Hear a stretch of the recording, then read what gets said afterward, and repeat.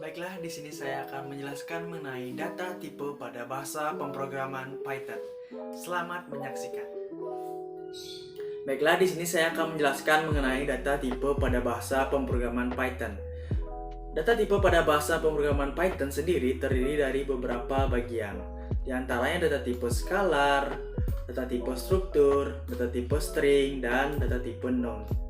Nah, selain itu saya juga akan menjelaskan mengenai dasar bilangan dan juga konversi tipe data. Baiklah, kita akan membahas mengenai yang pertama, yakni data tipe skalar. Data tipe skalar ini terdiri juga dari beberapa bagian, di antaranya integer, float, kompleks, dan boolean. Nah, kita akan mulai dari apa itu integer. Integer itu merupakan bilangan bulat. Tidak hanya bilangan bulat positif, namun pada bahasa pemrograman Python, bilangan bulat negatif pun juga merupakan kelas integer dan juga termasuk 0. Selanjutnya, kita akan buktikan pada command prompt Python. Kita akan definisikan A, B, C, D.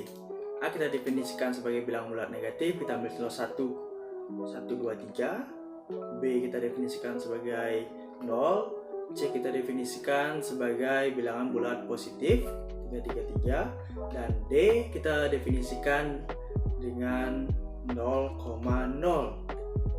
Lalu kita akan memeriksa tipe datanya, type A, type B.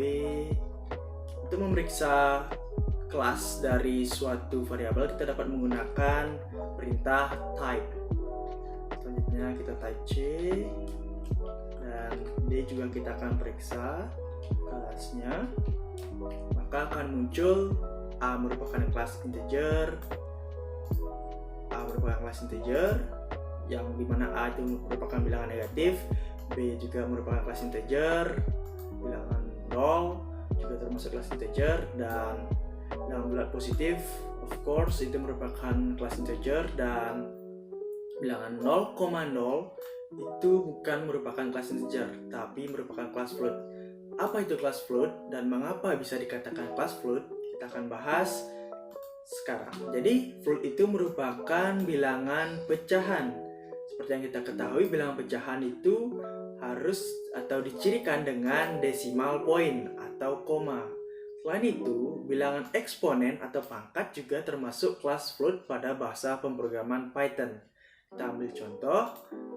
Kita akan buat pada command prompt Python. Selanjutnya kita ambil A, kita definisikan sebagai bilangan float negatif.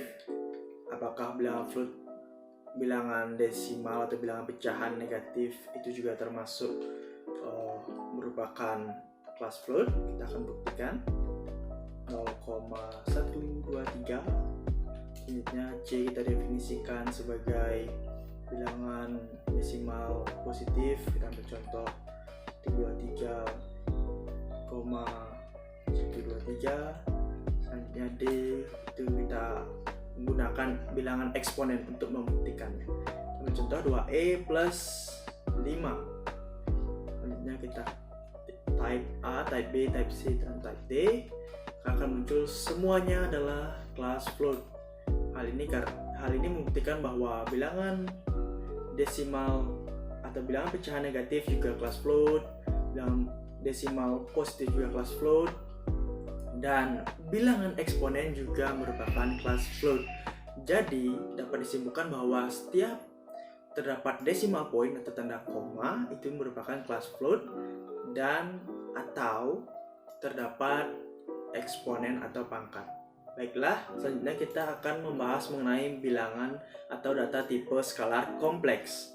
Apa itu data tipe skalar kompleks? Data tipe skalar kompleks itu merupakan gabungan dari bilangan real plus atau minus dan bilangan imajiner yang dinotasikan dengan huruf J.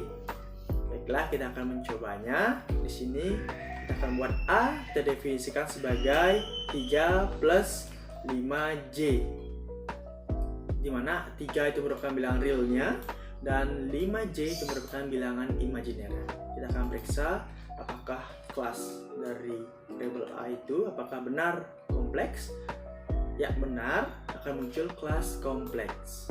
Selanjutnya kita juga bisa menambahkan bilangan real atau bilangan imajinernya dengan cara nama variabel kita tambahkan 3 plus 5J, kita ambil contoh, maka akan menghasilkan 6 plus 10J.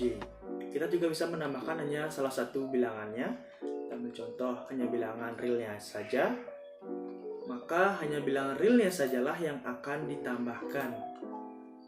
Jadi hanya bilangan realnya saja dan bilangan imajinernya tetap atau tidak ditambahkan.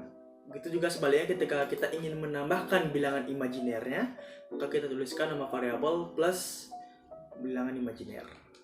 Baiklah, selain itu kita juga bisa menggunakan perintah nama variabelnya a real untuk memeriksa yang mana berapakah bilangan realnya dari variabel tersebut.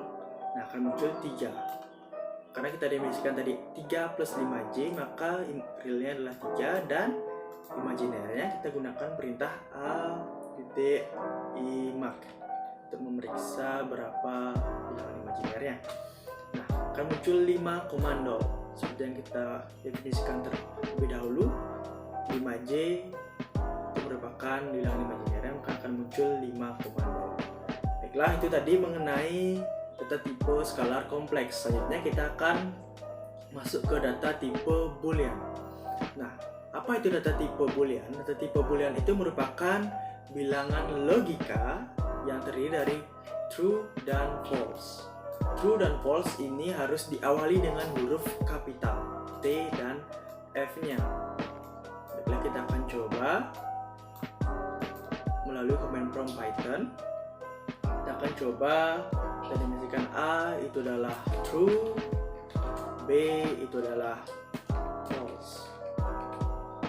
Maka kita akan mencoba dengan menggunakan gerbang logika N, A, N, B, maka hasilnya adalah false. Seperti yang kita ketahui, gerbang logika N akan menghasilkan logika true atau 1 ketika kedua inputan atau kedua masukannya merupakan true.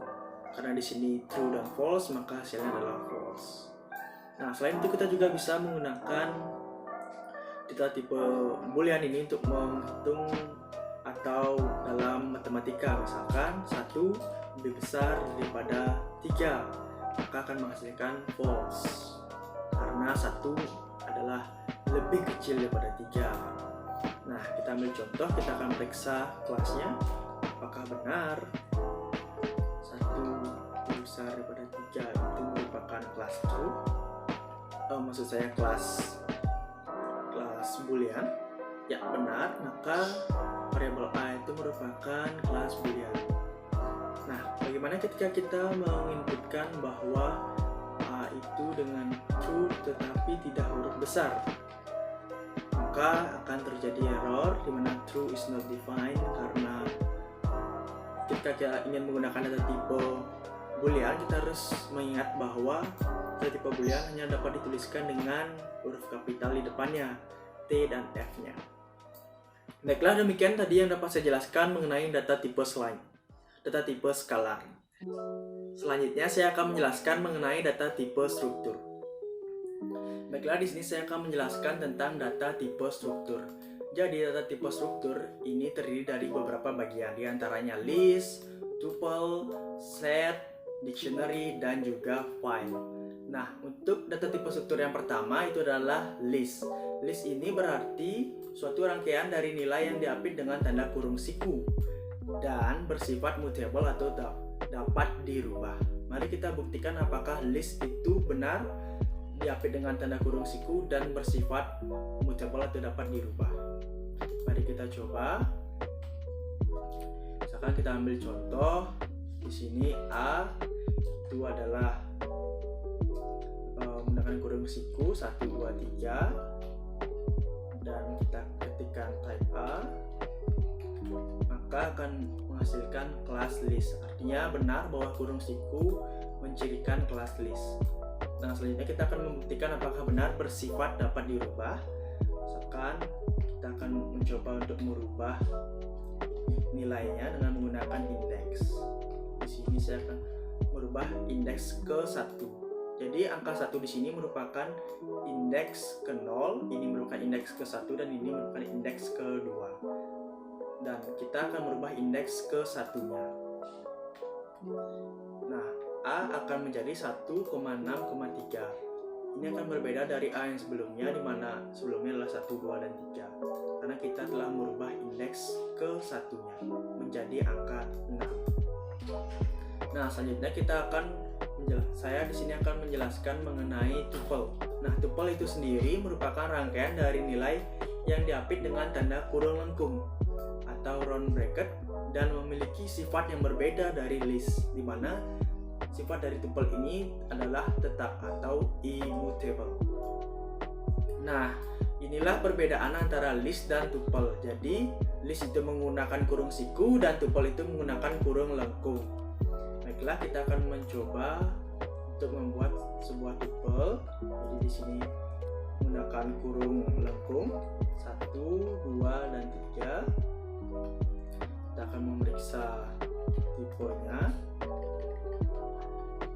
Tipe A. Nah, tipe A akan muncul kelas tuple.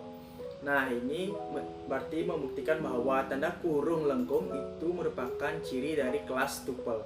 Baiklah, kita akan langsung saja mencoba untuk merubah nilai dari tuple itu sendiri. Misalkan A1 kita akan rubah, indeks ke 1 kita akan rubah menjadi nilainya 9. Nah, apakah mau? Dan ternyata benar, dia tidak akan mau.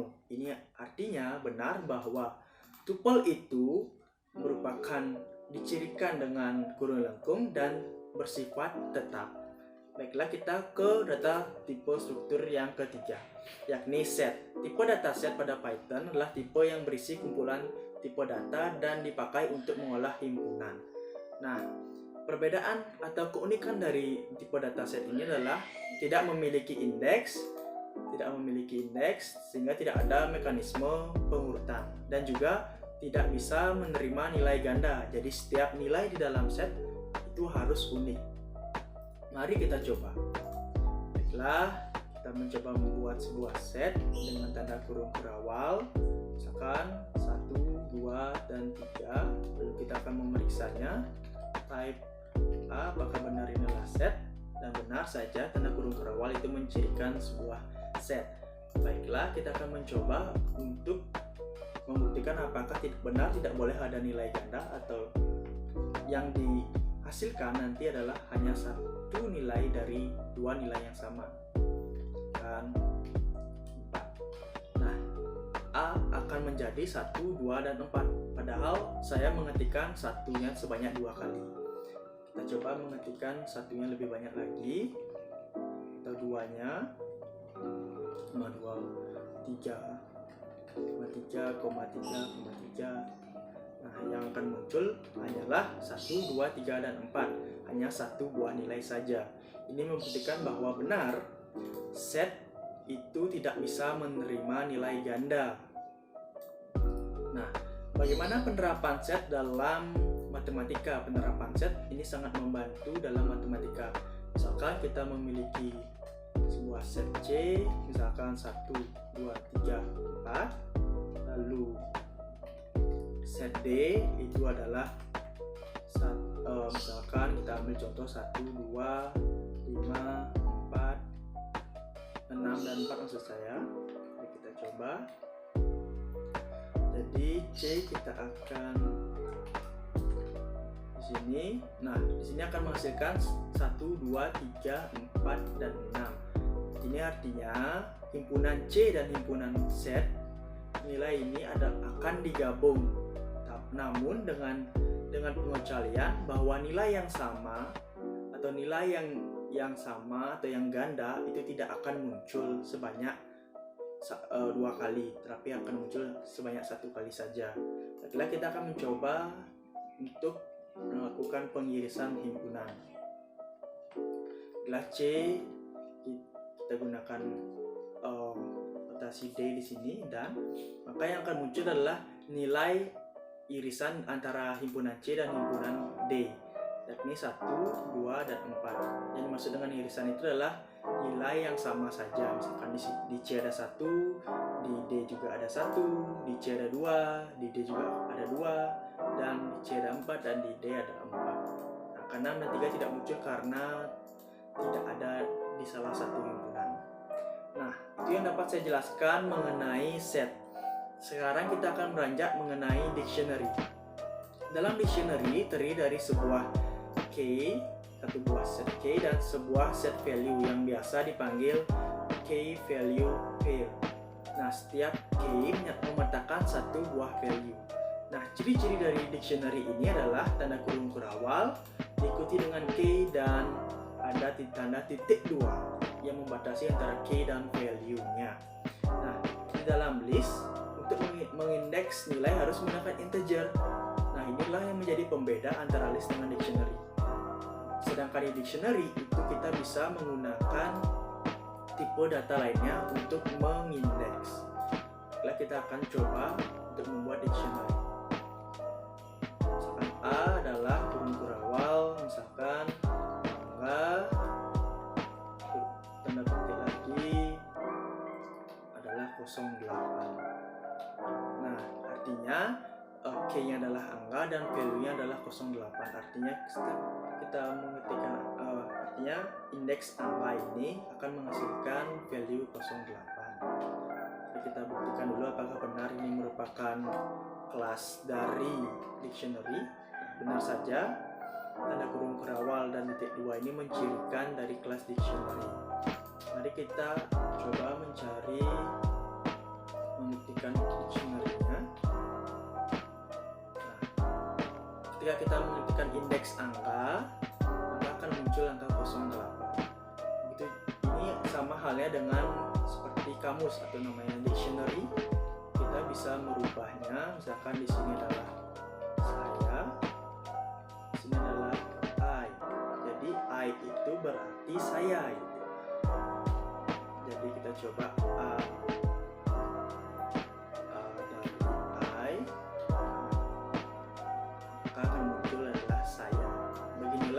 tipe data dari dictionary dan kegunaannya. Baiklah, di sini saya akan menjelaskan mengenai data tipe struktur file. Nah, data tipe struktur file ini terdiri dari dua bagian, yakni file text, di mana file text itu merupakan file yang berisi teks, contohnya seperti txt, formatnya. Nah, yang kedua ada file binary yang merupakan isinya bukan merupakan teks dan hanya bisa diproses oleh program tertentu yang memahami struktur programnya. Nah, contohnya seperti exe. Nah, objek file adalah variabel objek yang menampung isi file.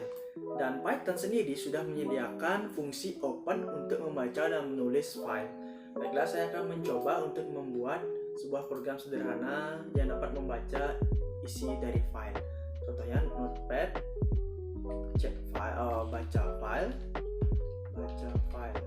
.py. Nah, di sini saya akan membuat program sederhana saja. Di sini saya akan pertama-tama saya akan ketikkan dulu untuk membaca isi filenya. Isi file menggunakan komentar. Kita ketikkan file puisi sama dengan open titik 2 atau titik 1 puisi titik txt. Jadi nama filenya adalah puisi dengan format txt atau file text. Selanjutnya ada R. Nah, setelah itu kita akan membuat untuk membaca isi file.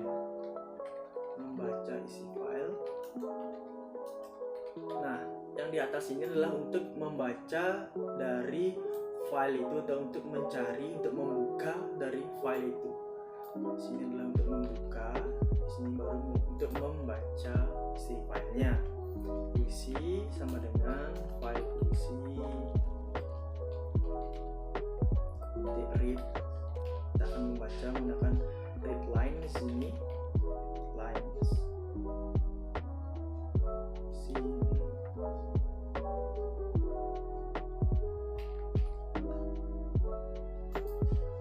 Kita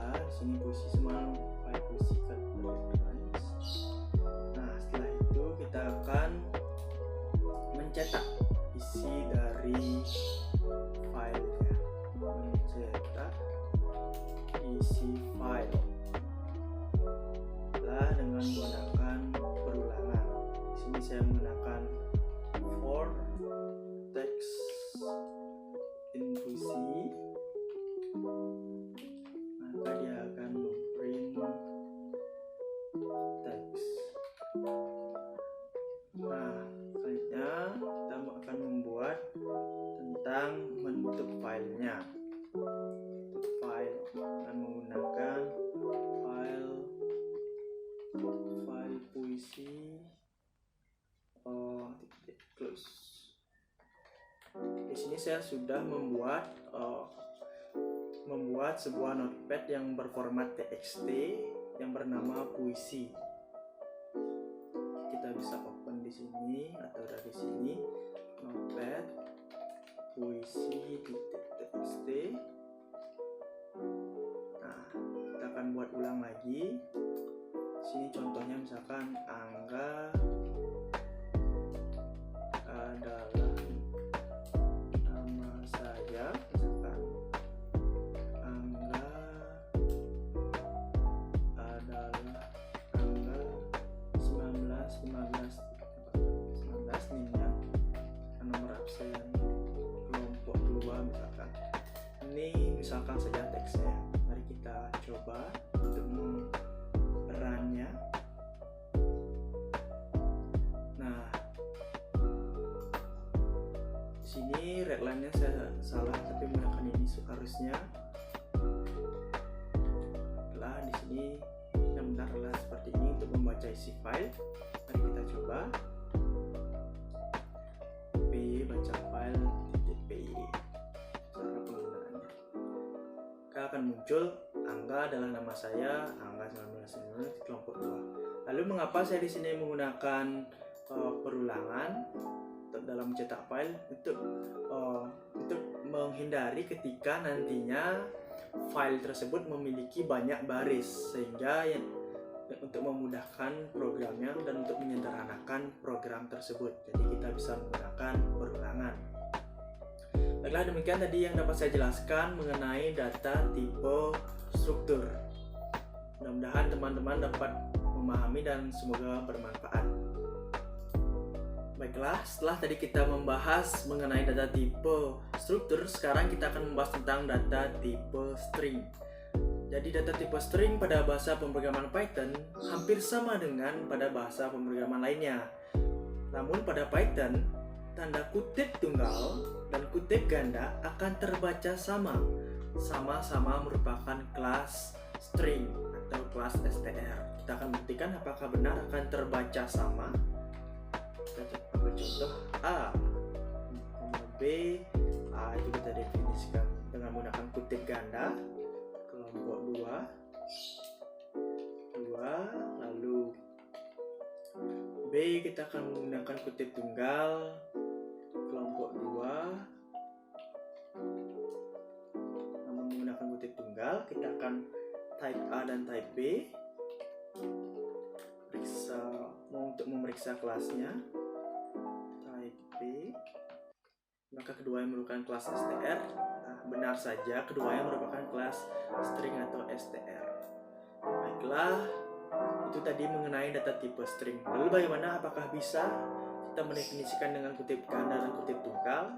Jawabannya seperti ini, maksud saya kelompok 2 di depannya menggunakan kutip ganda, namun di belakang kita menggunakan kutip tunggal. Maka ini tidak akan berhasil, maka dia akan error karena harus sama. Ketika dia menggunakan kutip tunggal, gunakanlah kutip tunggal pada satu kata itu, atau kita bisa menggunakan kutip ganda. Tidak bisa kutip tunggal dan kutip ganda digabung secara bersamaan. Itu tadi mengenai data tipe string. Nah, bagaimana ketika kita tidak menggunakan kutip sama seperti bahasa programan lain? Maka pada bahasa programan Python pun ketika kita menggunakan kutip tunggal ataupun kutip ganda, maka tidak akan terbaca sebagai string atau programnya akan error. Variabel itu akan error, tidak terdefinisikan. Baiklah, itu tadi mengenai data tipe string. Selanjutnya kita akan membahas tentang data tipe none.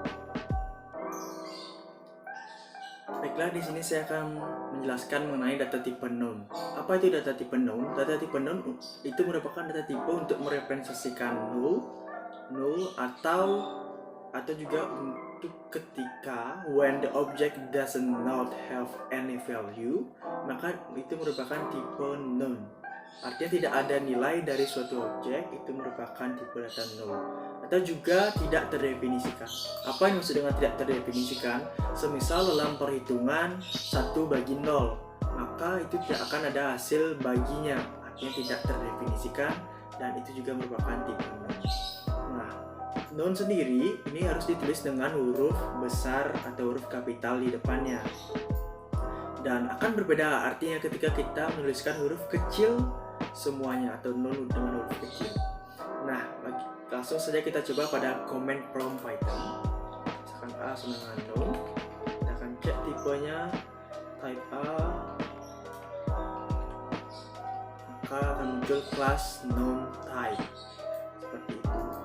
Jadi ketika kita mendefinisikan A itu adalah noun, maka akan muncul kelas noun type. Nah, untuk memudah memahaminya mengenai data tipe noun, saya mencoba membuat program sederhana melalui Notepad. Kita akan coba membuatnya. Kita ketikkan Notepad dengan nama noun type .py, akan buat nama contoh value. Kita perbesar sedikit, value itu adalah noun. Lalu if the value is known, then print the value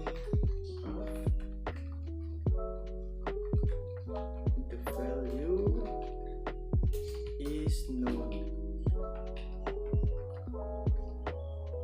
else print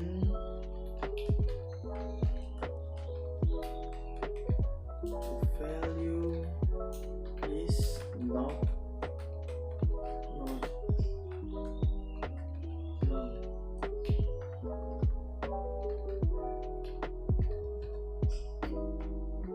Is not known. Kita menggunakan huruf besar untuk mempertegasnya. Program ini akan kita coba jalankan melalui command prompt dengan cara py noun type py. Maka hasilnya the value is known. Nah, hal ini karena value-nya kita masukkan adalah known atau tidak ada value sebenarnya. Nah, tapi ketika kita masukkan value-nya, ada value-nya, ada nilainya, kita akan coba run lagi di Python apakah the value is known atau is not known. Nah, benar saja the value is not known because karena kita masukkan, karena value-nya kita berikan nilai. Tadi kita tidak berikan nilai atau known. Seperti itu kurang lebih mengenai data tipe noun. Nah, selanjutnya kita akan membahas mengenai dasar bilangan. Baiklah, di sini saya akan menjelaskan mengenai dasar bilangan. Seperti yang kita ketahui, Python mengenal dasar atau base bilangan selain decimal base. Terdapat binary base, octal base, hexabase. Mana binary base itu adalah 2, 8, dan 16 yang kita ketahui. Nah, pada bahasa programan Python, binary base itu diwakili atau direpresentasikan dengan 0B. Octal base itu direpresentasikan dengan 0O, bukan 00, tapi 0O. Dan hexabase itu direpresentasikan dengan 0x. Nah, ketika kita melihat 0x berarti kita mengetahui bahwa itu merupakan bilangan hexa. Mari kita coba melalui Python. A sama dengan 12. Untuk mengubahnya menjadi bilangan biner atau mengetahui berapa bilangan biner dari 12, bin, kita menggunakan perintah bin di sini. Nah, akan muncul hasilnya adalah 0B1100. Nah, selanjutnya itu merupakan bilangan biner dari 12, yakni 1100. Selanjutnya kita akan coba mengubahnya menjadi bilangan oktal atau mencari tahu bilangan oktalnya dengan menggunakan OJT dan nama variabelnya. Nah, maka dari itu kita ketahui bahwa bilangan oktal dari 12 itu adalah 14. Selanjutnya kita akan mencari tahu berapa sih bilangan heksanya, kita akan ketikkan menggunakan hex. Di sini itu adalah heksa. Nah, bilangan heksanya adalah C. Nah, untuk membuktikannya apakah Python sudah benar mendefinisikannya bahwa bilangan desimal 12 itu merupakan 1101, kita melihatnya melalui tabel. Nah, jadi kita ketikkan tadi A-nya adalah 12, biner adalah 1101, oktalnya 14, dan heksadesimalnya adalah C. Ini sesuai dengan apa yang sudah diberikan pada Python tadi, 1101, 14, dan C. Nah, ini menunjukkan bahwa bahasa programan Python juga mengenal dasar bilangan lainnya selain bilangan desimal. Jadi pada Python juga mengenal biner, oktal, dan heksadesimal. Baiklah, itu saja yang dapat saya jelaskan mengenai dasar bilangan. Akan saya lanjutkan dengan konversi data. Baiklah, di sini saya akan menjelaskan mengenai konversi tipe data. Jadi, pada bahasa pemrograman Python kita dapat mengkonversi tipe data. Misalkan kita dapat mengkonversi antar tipe bilangan. Misalkan kita konversi dari bilangan integer menjadi bilangan float. Begitu juga ketika kita ingin mengkonversi suatu tipe bilangan untuk mendapatkan tipe tertentu. Nah, kita dapat menggunakan cara di mana tipe data yang kita inginkan, setelah itu data yang akan dikonversi. Untuk lebih memahaminya, mari kita melihat contoh pada command prompt Python. Misalkan A sama dengan, kita lihat lagi rumusnya di sini, tipe data yang diinginkan, kita menginginkan tipenya adalah menjadi float. Nah, data yang akan dikonversi, kita akan mengkonversi data integer 12, kita ambil contoh, maka A akan menjadi float itu 12,0. Kenapa dikatakan float? Karena sudah terdapat decimal point. Itu juga sebaliknya ketika kita ingin mengubahnya menjadi bilangan integer dari bilangan float, kita menggunakan rumus yang sama, tinggal diketikkan tipe data yang diinginkan, lalu dalam kurung masukkan data yang akan dikonversi 12,5555 sebagai contoh, maka A akan menjadi bilangan integer atau tipe data integer. Begitu juga ketika kita memiliki tipe data integer dan kita ingin mengubahnya menjadi kelas string atau tipe string, kita hanya perlu menggunakan rumus yang sama. Maaf, salah ketik tadi. Jadi A str 1 enter, A akan menjadi 1 dengan diapit dengan kutip tunggal. Ini berarti datanya sudah merupakan kelas string. Nah, kita juga dapat mengonversinya menjadi bilangan boolean. Misalkan kita tekan bool, tipe bool.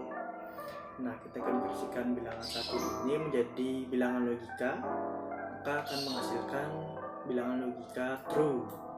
Begitu juga ketika kita menginputkan yang integer 0, maka akan menghasilkan bilangan logika false. Nah, itu tadi mengenai konversi tipe data. Jadi teman-teman perlu mengingat rumusnya adalah tipe data yang diinginkan dalam kurung data yang akan dikonversi. Sekian tadi mengenai konversi tipe data. Baiklah, di sini saya akan mencoba mengertikan contoh program untuk memeriksa tipe data dari suatu inputan atau dari suatu masukan. Baiklah, kita akan langsung buat saja melalui command prompt. Kita ketikkan notepad-nya, mungkin namanya adalah check tipe titik P, kita buat notepad-nya. Nah, lalu pertama-tama kita ketikkan dulu bagian komentarnya, program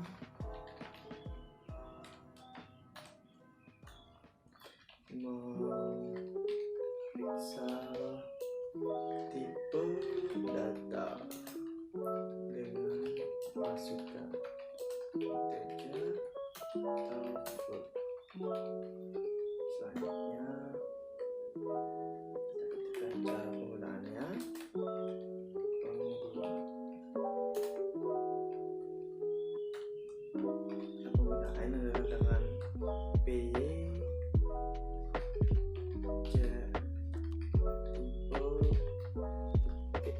PY.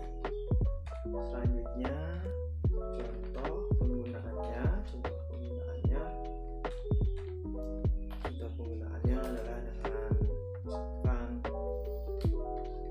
data inputnya, misalkan inputnya adalah sama dengan 12 misalkan. Boleh kelompok 2.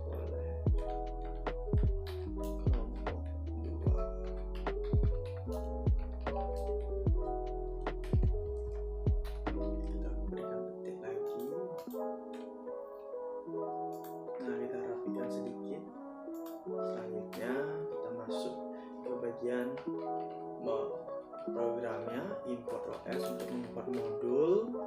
Terus kita berikan OS sistem CLS untuk membersihkan screennya nanti sehingga programnya dimulai dari paling atas. Kemudian kita ketik print, kita berikan judul programnya.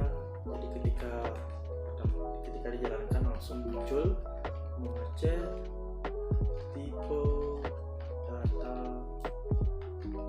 integer atau float. Selanjutnya kita berikan petik lagi, kita namakan di sini misalkan datanya. Data itu merupakan input. Masukkan angka.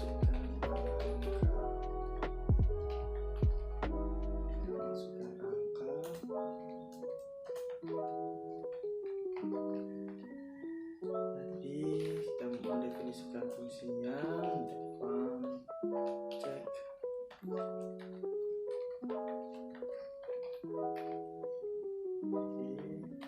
Kita perbesar dulu.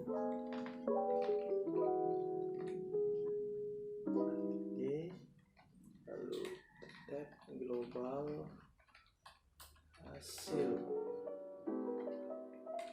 try, global hasil try.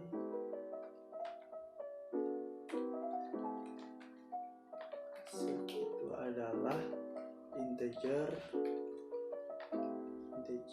dari data. Nah, di sini sama seperti yang tadi sudah dijelaskan tentang konversi tipe data. Rumusnya kita masukkan tadi data yang diinginkan, data yang akan dikonversi. Nah, kita akan periksa. Coba masukkan hasil adalah integer. Jika tidak error, hasilnya kalau dia error, expect value error, maka hasil sama dengan coba float data.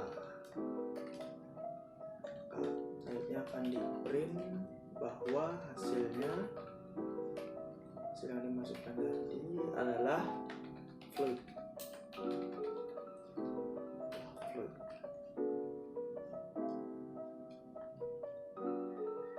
Nah, selanjutnya kita akan return hasil. Setelah itu kita enter. Kita enter lagi sekali. Def main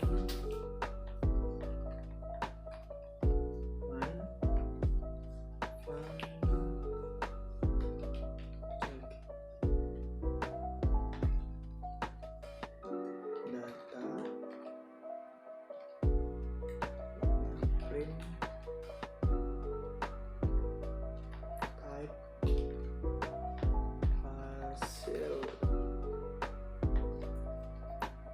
dijalankan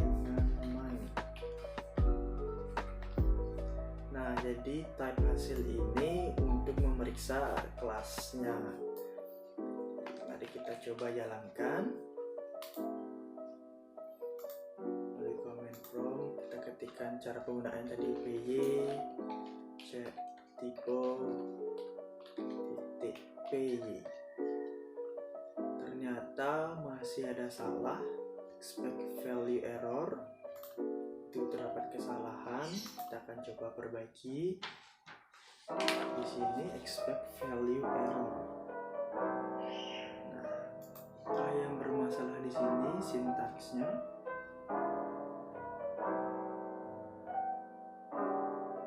Ternyata kesalahan di tulisan expect-nya.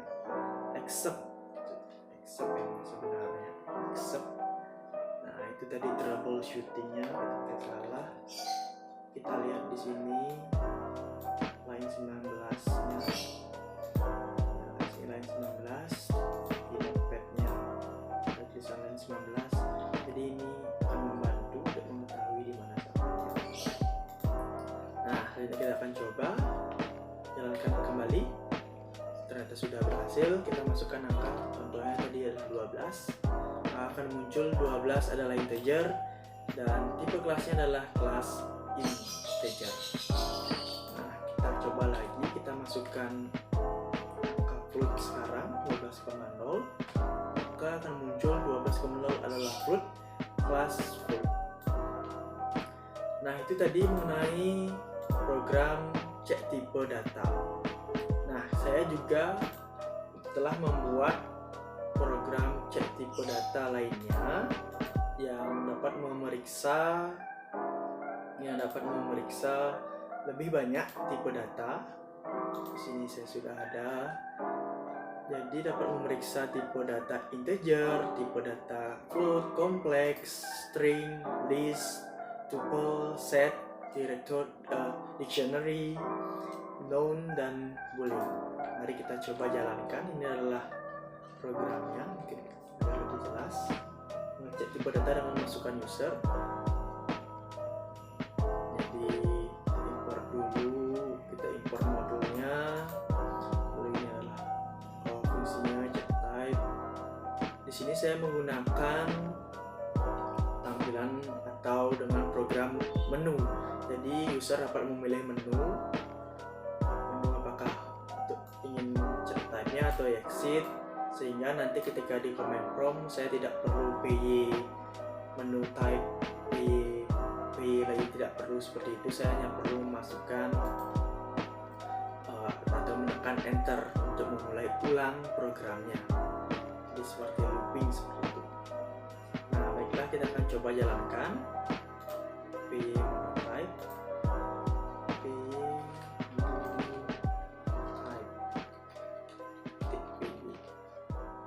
Di sini akan muncul menu kelompok 2. Pilihan pertama cek data. Kalau kita ketik Q maka akan exit.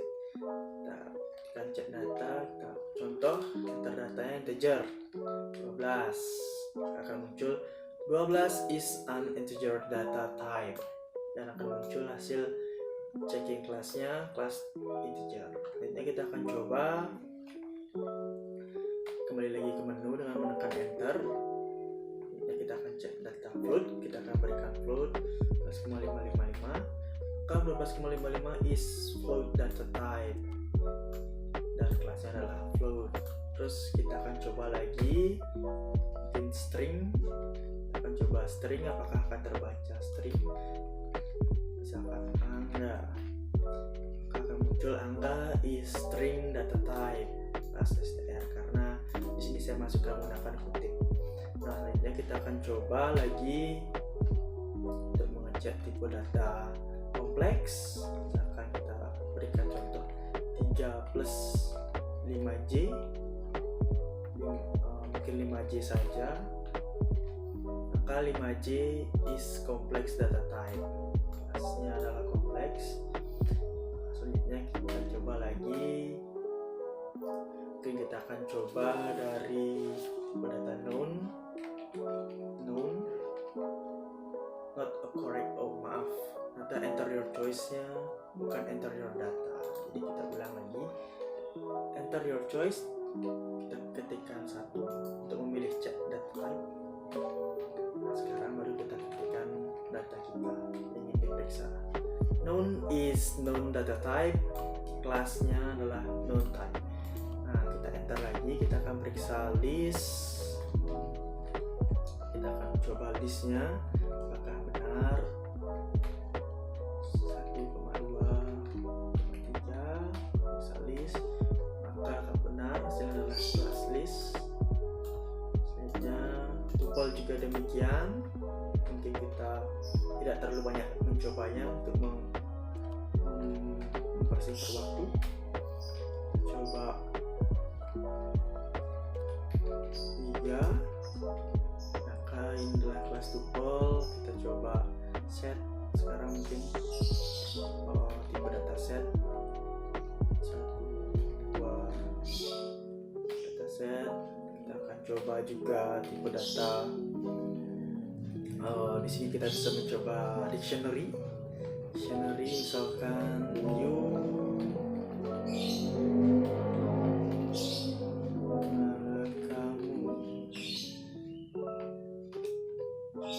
kamu adalah is dictionary data type, kelasnya dictionary.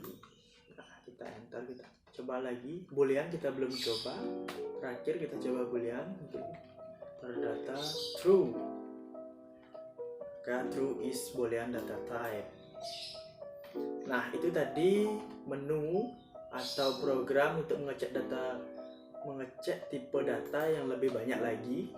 Jika pada buku ajar hanya untuk mengecek integer atau float, tapi di sini saya mencoba memvariasikannya dengan mengecek data integer, float, complex, string, list, tuple, set, dictionary, known, dan juga boolean. Nah, itu tadi programnya, dan mudah-mudahan bermanfaat untuk teman-teman sekalian. Terima kasih.